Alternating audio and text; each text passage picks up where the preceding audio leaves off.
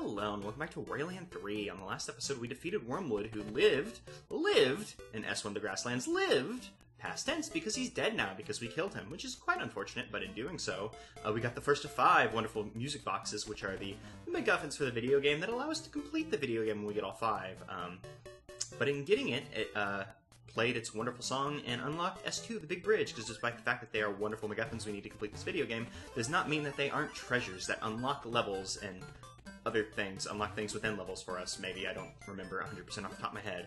But welcome to the Big Bridge, and the Big Bridge is an interesting level, because it was actually the level that made me realize the format I had for this LP was a very, very bad idea, because at one point I was considering presenting this LP one treasure per episode, and I was like, oh, I'll upload it daily, and it'll be a nice little chill thing, once per day. But as you can see, even screwing up, like, that level took like 30 seconds, like, you can complete it in like 20 seconds if you don't screw up, like, it's probably more than that, but you know, it's a very, very short level, and this is what made me realize, oh, this would be a bad idea, because it'd be like, hello, welcome back to Wario Land 3, okay, this is the Big Bridge, okay, goodbye, see you guys next time. So yeah, so decided to present it in a more traditional way, which is probably smart. But for doing so, by deciding to present your LP in a different manner, you get the Miracle Seed, which is a wonderful little seed buddy, who you just throw all around the world. And despite the fact that one of the levels that it's going to land in is literally right next to us, they decided to show the levels that are farther away first. Because Wario, despite the fact that he cannot pick up and throw enemies, has a hell of an arm and can throw a seed across the world. Like, we are on the southern hemisphere of this world. And he was just like, get to the west, north, not west, north. West and north are different. I know that probably pretty obvious, but I had to reassure into my brain that north and south, they're big differences. And you know, last time we were here, I don't think we got hit by one of those red birds. And I think I will allow one of them to hit me, I say as I dodge one accidentally. Because they inflict a rare status condition called Dizzy Wario. I'm not sure if they renamed it to Dizzy Wario, or if it's still Crazy Wario. But yeah, I don't really get hit by those guys all that often. I think they might be the only enemy in the game who gives you that status condition, so it's kind of interesting. If you remember in Wario Land 2, there were penguins who threw black balls and/or mugs of beer at you, depending on what region you're playing the game in. And it was previously called Drunk and/or Crazy Wario, but now they're just like, let's skip the whole international having to change things and just give you a bird that makes you dizzy, which is kind of disappointing. But you know, whatever. It's a weird status condition. You can't burp in this game, though. They removed that function now since Wario was previously getting drunk, which would make, belching make sense. But now if you press B, there is no belch. It is only just weird walking controls until you hit water or something. As you eagle-eyed viewers might have seen, there was a mini-game block for us, which means, hot damn, we got some golf. It's time to golf. Everybody's favorite minigame, golf. And I had been considering golf. I don't know if I should cut these out or not. Like in Wario Land 2, I cut out all of the minigames out of the stuff, just because it was like, oh, there's 2 minigames per level, it kind of stacks up over time. But in this game, golf is only in like 12 or so levels, maybe it's a little bit more than that, I can't remember. I had to count them at one point, because I have notes for this LP. I don't remember how many there are, but there's not like, 2 per level, so it doesn't feel like I need to cut them, but there isn't much it's going to change with golf over time. It's honestly going to be just the same thing, and we'll probably be seeing the same levels quite frequently, so I don't know if I should cut golf. I'll probably play it by ear as the LP goes on, because there's still golfing we haven't seen. Maybe in future episodes past this point, I'm not exactly sure. Who knows? Who knows? For now, though, we're good, so we'll just follow the nose. I kept saying nose, and then I wanted to make the follow your nose thing, and then I didn't think of anything smart to say, but then I said it regardless, because hey, we can't all have good brains who think about the good things, and the good things you could possibly say. I was gonna say potentially say there, but then, hey, my mouth doesn't work, and that kind of coincides with what I was saying. So here we go, let's see what we get for this red chest, and by that I mean, it's a disc, but it's not just any disc, it's a wheel to a cart wheel, if you will.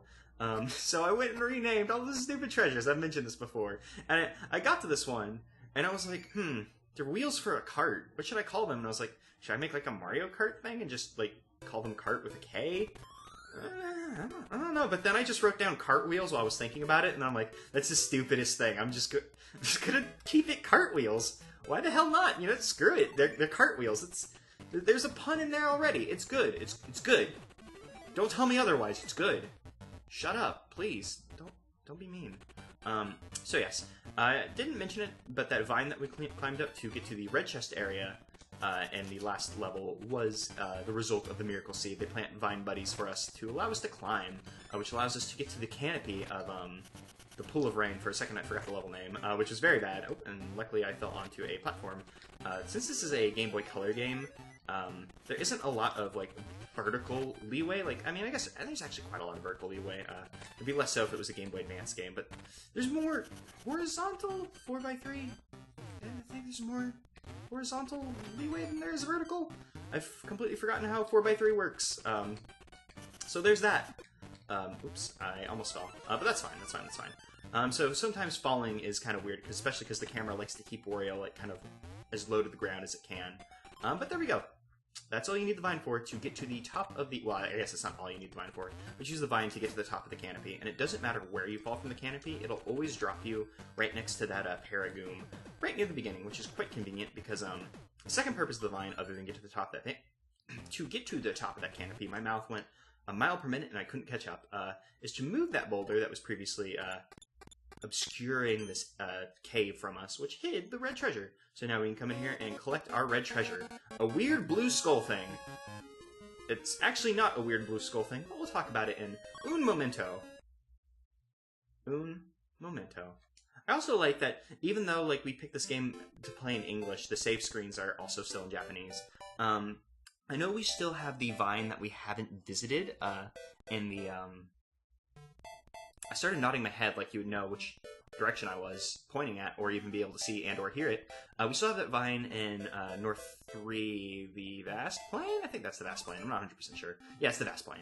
We still have a vine that we haven't visited there. I'm going to go ahead and tackle... Oh, I probably should have jumped, but I forgot that I was playing a video game for a second because my brain wasn't working. This is a bad brain episode, it would seem. We still have that vine that we hadn't visited, but our cartwheels that we found unlocked the treasure we can do here, and it was on the way, so we might as well stop. It's just convenient, you know?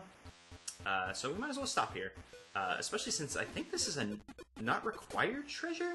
I think you do need to get the cartwheels, because this unlocks this entire portion for you, and the green treasure may be required, but I don't believe the red one is. I suppose we'll see when we get to the actual treasure. I could also just look at my notes, but that means I'd have to take my eyes off the game for a second, which kind of makes me wonder why I bothered to take notes in the first place if I'm not going to look at them. Huh. I'll just go ahead and shrug. Who cares? Who cares? But yes, had you come up here previously before getting the cartwheels, the cart would be here, but it wouldn't be able to move because the cart needs wheels to move. And yeah, we found the red treasure, but we do not yet have the red key because we need to come down here and take the second cart, which the little cutscene did not inform us that was given wheels. In fact, it might have had wheels beforehand. Who knows? That'd be an interesting thing to hack the game to find out. But yes, you need to come down here to pick up this key, because I don't believe you can get this key unless you use this cart. There is a portion that you could potentially jump down from up there, which is... That's part of the upper area we were just in, and oops, I just lit myself on fire. That's so bad. But that's fine. We're not too terribly far, so we'll just go ahead and just continue to be on fire. Oh, I don't think we've been on fire yet. Is this the first? Yeah, this is the first time we've been on fire in Wario Land 3. So allow me to introduce Hot Wario. So Hot Wario, other than just being Wario's naturally hot self, his butt lights on fire, you kind of lose control, and he runs in a direction until he hits a wall, bounces off. You do that for an amount of time. I'm not sure exactly how long, but it is timed in this game. And then after enough time, Wario bursts into flames, becoming even hotter Wario. I don't think the two forms have different names or anything. But once you become engulfed in flames, you can break like fire blocks and stuff, kill enemies. It's very cool. How did we manage to ride the cart all the way back here? It would have taken us back up here, but... or, well, it would have looped around, I should say. But I did a bad job. And, you know, I'll have to live with that for the rest of my life. It's quite unfortunate, but hey. We all have to live with our sins. So if I were to drop down from here, this would have taken us to an area just above the red key, where you could potentially jump for it. I don't think it's possible. I wouldn't risk it, because, I mean, it's not like it's, like, that long of a problem. It's not like it's a long trek regardless. In fact, at that point, then you're gonna have to fall down anyways, and might take you longer, because then you'll have to make that return trip like I did since I got caught on fire, but hey. Whatever. It all worked out. Not all things are going to be perfect, and God, it's bothering me that the background of the treasure chest is slightly sticking out from the wall. That's very weird looking. I don't like it. But hey, with that we got a Sapphire Bracelet. That's apparently what that's supposed to be. I don't know. It was called like the blue bracelet. But hey, what's a blue stone on a bracelet? A sapphire. I guess there's also other blue stones that could potentially be, but Pokemon. That's the end of that. That's the end of that statement. And oh, hey, it was in 3 of the Vast Plain. So that's very, very cool. And we're coming back here at day. Oh, actually, I'm so glad I said that out loud. I was like, why does it matter to me if it's day? And it's because if I were to look over at my notes, which I just did, it would tell me that I want to be here at night. You can do this treasure during either night or day. It's just something I wanted to show off at night that's kind of unique to this level. I suppose we'll get there in just 1 second. It's not too terribly far, and as you can see, many vines grew in this level, whereas in the other 2 levels, they just grew like one big, like, Jack and the Beanstalk vine.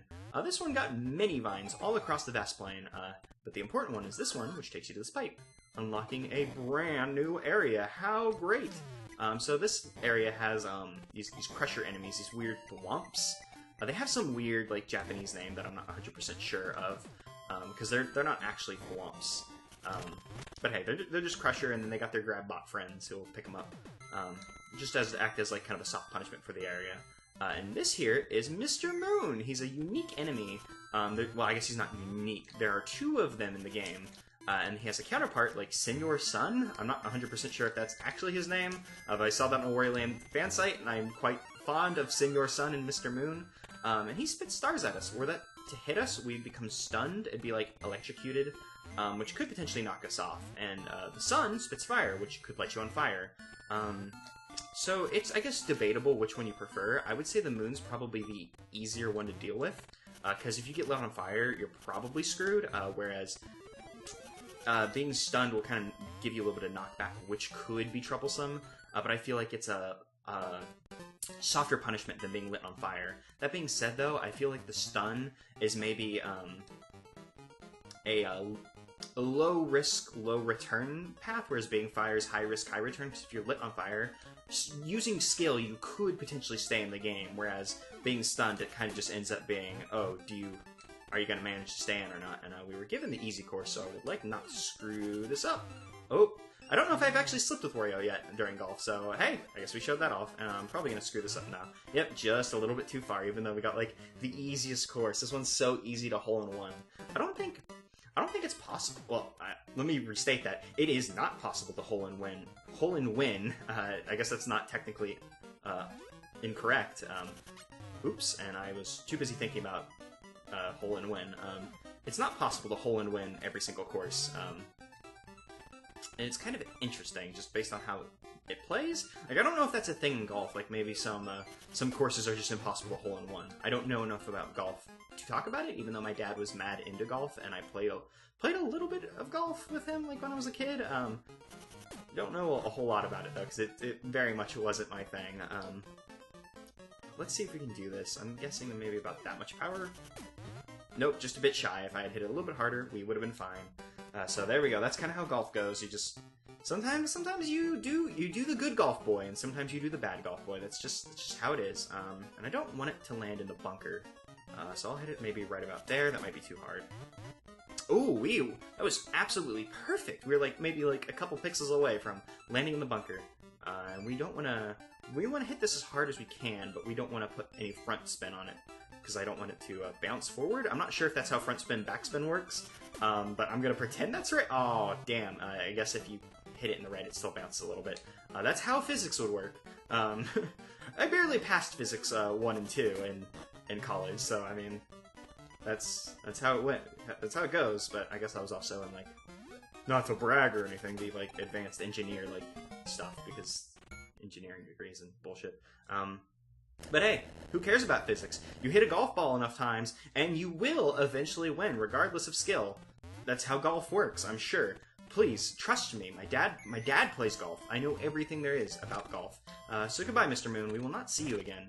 The reason why I wanted to show Mr. Moon off now is because, like I said, there's 2 of them in the game, and since they shift between Mr. Moon and Senor Sun, depending on what time of day it is, you know, we wouldn't get a chance to see Mr. Moon later in the game because the next part of the game, we need to go there during the day, so we'd have to see Senor Sun. So this way we get to see both of them. That's the way my brain works. So let's open our green chest and get a move on. And is this our first green chest? I'm actually looking at my notes now. And hell yeah, that is actually our first green chest. Up until now, we've gotten mostly grays and some reds, but hey, we've unlocked a green chest, which means we're getting close to beating the Vast Plain. And with that, we've gotten a red skull, which is kind of weird, but as we've seen, we also got a blue one. And once you get them both, oh, it was so obvious. It was a Ring of Revival all along. How did I not realize that these weird skulls that I was picking up were actually Rings of Revival? It was so obvious all along. But hey, Wario's immortal. He can't die. What's the point of a Ring of Revival? Well, obviously to revive the Tower of Revival. Stupid? Obviously! What else would it be? And this is a feature I don't use very often, but you can use this little select screen that I believe I showed off. Did I show this off? I don't think I showed this off, actually. You can hit select on whatever controller you're using. Like, I'm using a cheap, USB controller. But you go there, and you can check out all the treasures you've gotten, and it'll even show you, these two are a pair. It's kind of neat. Not anything too important, I guess. You can also come here and hit this eye, which will give you information, I believe, is what that's probably supposed to mean, which you can use to view the last cutscene that you saw. But also, you can, I almost said transition through maps quickly through using this, which is nice. I tend to just run through the maps just because I'm a fan of world maps. I very much like this world map. The map music's a nice little tune that would be stuck in my head until I die. Just like oh my god, I don't think I talked about it, but the opening screen music, man, I get that stuck in my head a lot. Really love that opening screen music, whenever you just hover over the title screen, which I believe I didn't spend too long on, which is unfortunate. Maybe we'll do that later in the series, maybe after the credits or something, if I still have to babble about this game a little bit longer, which I may have to, since I've continued babbling about this game way past gameplay. And while we're talking about this world map, the background of this world map sucks. Not the map itself, but that weird, checkerboard pattern. It looks so bad. I don't like it. It looks better at night. Maybe just because I'm a fan of, the purple and red that they use, but god, it sucks during the day. But hey, that's the episode. It ended a while ago. I've been ranting. I'm sorry. Next episode, we will revive your interest in the series, hopefully, and visit the Tower of Revival.